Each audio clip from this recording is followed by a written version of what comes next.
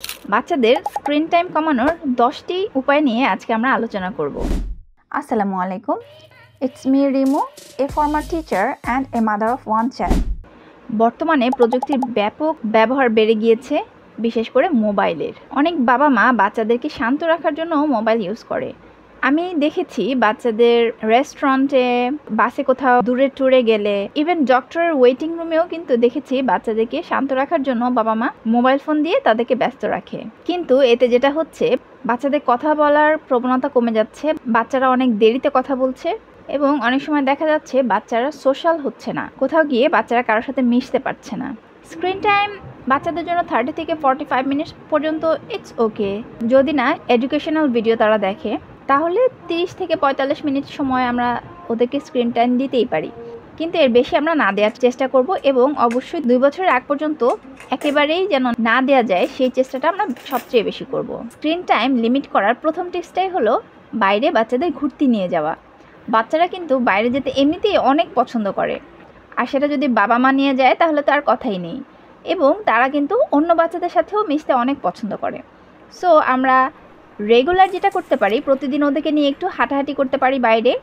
আর এছাড়া সপ্তাহে বা 2-3 দিন পর পর একটু আমরা পার্কে যেতে পারি, সবুজ ঘাসে ওদেরকে নিয়ে হাঁটতে পারি, গাছের ছায়ায় বসতে পারি, ঘাসের মধ্যে বল দিয়ে খেলতে পারি, অথবা প্লেগ্রাউন্ডেও নিয়ে যেতে পারি। আজকাল কিন্তু অনেক প্লেগ্রাউন্ড হচ্ছে আশেপাশে, ওখানে গিয়ে বাচ্চারা অন্য বাচ্চাদের সাথে মিশতে পারে, ওদের একটা সোশ্যাল স্কিল তৈরি হয় অন্য বাচ্চাদের সাথে কথা বলে, ওদের সাথে মিশতে পেরে।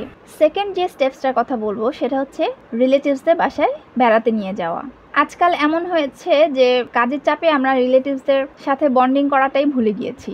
তো আমরা যদি মাসে 2-1বারও বিভিন্ন রিলেটিভসদের বাসায় বিভিন্ন দিন যেতে পারি, তাহলে কিন্তু বাচ্চাদেরও বন্ডিং হয় কাজিনদের সাথে এবং একটা খুব ভালো সম্পর্ক তৈরি হয়।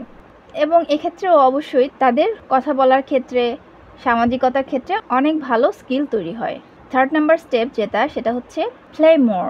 আমরা যদি বাচ্চাদের সাথে একটু চেষ্টা করি খেলা করতে, যেমন ওদের সাথে একটু ব্যাট বল খেলতে পারি, ওদের সাথে একটু পাজল সলভ করতে পারি, ওদের সাথে একটু দৌড়াদৌড়ি করতে পারি ঘরের মধ্যেই, তাহলে কিন্তু ওরা অনেক মজা পায় বাবা মার সাথে খেলে এবং ওদের সময়টাও অনেক ভালো পার হয়।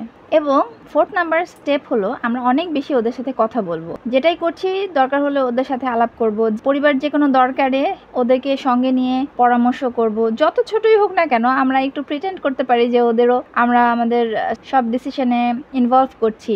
ওরা তাহলে মজাও পাবে এবং ডিসিশন মেকিংয়েরও কিন্তু একটা অভ্যাস আস্তে আস্তে হয়ে যাবে।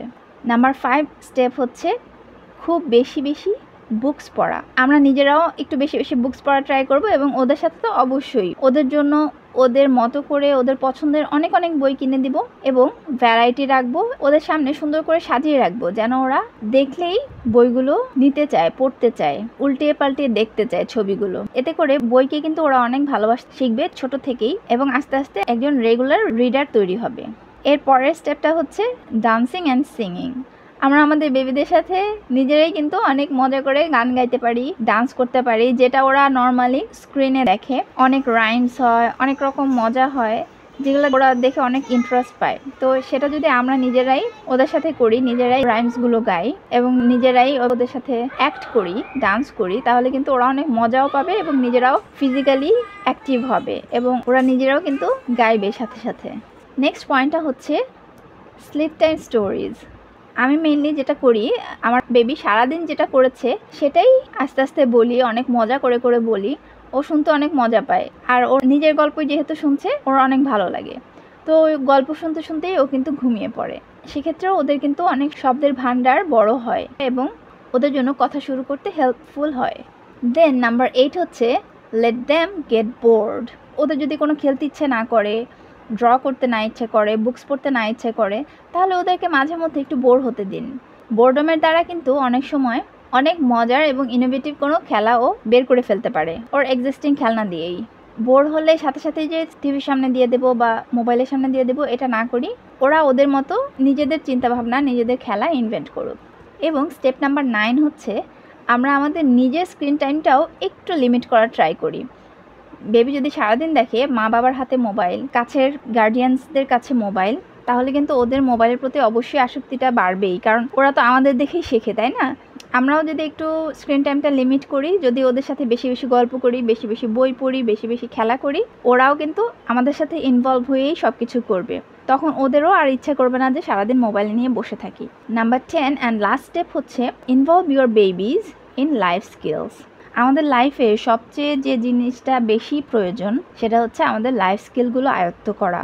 এটা তো খুবই নর্মাল, তাই না? যে অনেক ছেলেরাই আছে রান্না করতে পারছে না, অনেক মেয়েরা আছে বাইরে গিয়ে ঠিকমতো কথা বলতে পারছে না, দেন অনেক ছেলেরা আছে বাসার কোনো কাজই করতে পারে না, এমনকি নিজের প্লেটটা পর্যন্ত এনে খেতে পারে না।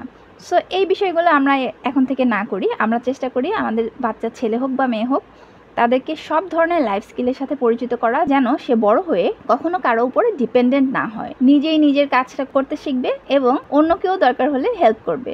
সো আমরা যেটা করতে পারি, আমরা যা কিছুই করি না কেন, ওদের জন্য ফুড রান্না করা হোক বা কোনো কিছু গোছানো হোক, জামা কাপড় ফোল্ড করা হোক, ওদেরকে সাথে নিয়ে করতে পারি। ওরা কিন্তু হেল্প করতে খুবই আগ্রহী থাকে এই ছোট বয়সগুলোয়। সো ওদের এই ইন্টারেস্টকে কাজে লাগিয়ে ওদেরকে লাইফ স্কিলগুলো আমরা শেখাতে পারি। ওরা মজাও পাবে, ওরা শিখেও নেবে এবং ওরা ভালো কাজে অ্যাক্টিভ থাকবে স্ক্রিন টাইম ছাড়া। 10টা স্টেপই বলে ফেললাম, কিন্তু এতক্ষণ পর্যন্ত যারা দেখে গিয়েছেন তাদের জন্য এক্সট্রা একটা পয়েন্ট আছে, সেটা হচ্ছে নিউ প্যারেন্টসদের জন্য একটা টিপস। নিউ প্যারেন্টসরা ট্রাই করবেন আপনাদের মোবাইলে যে এই CoComelon or JoJo or any other YouTube channel চালানো যায় এটাই প্রকাশ না করা। এই স্ক্রিন টাইমটা শুধুমাত্র টিভির মধ্যে বরাদ্দ রাখেন এবং টিভিটা অবশ্যই ড্রয়িং রুম বা অন্য কোথাও সেট করেন যেখানে বেবি সারাক্ষণ থাকে না। তাহলে ওদের একটা লোকেশন লিমিট হয়ে যাবে যে ওদেরকে টিভি দেখতে হলে অবশ্যই অন্য কোথাও যেতে হবে। ওরা রুমে বসে বিছানায় শুয়ে শুয়ে স্ক্রিনে টাইম ওয়েস্ট করতে পারবে না, মোবাইল দেখতে পারবে না, ট্যাব দেখতে পারবে না, ল্যাপটপ দেখতে পারবে না। আপনারা এই ডিভাইসগুলো অ্যাটলিস্ট ওদের কাছে নেবেন না শুধুমাত্র ইউটিউব দেখানোর ক্ষেত্রে। ল্যাপটপ বলবেন আপনার কাজের জিনিস, মোবাইল বলবেন আপনার ফোন করার জিনিস, এবং ট্যাব যদি থাকেও দরকার না পড়লে ওদের সামনে ইউজ করবেন না। শুধুমাত্র টিভিটাই ওদের জন্য অ্যাক্সেস রাখুন, আর সেটাও খুব অল্প সময়ের জন্য।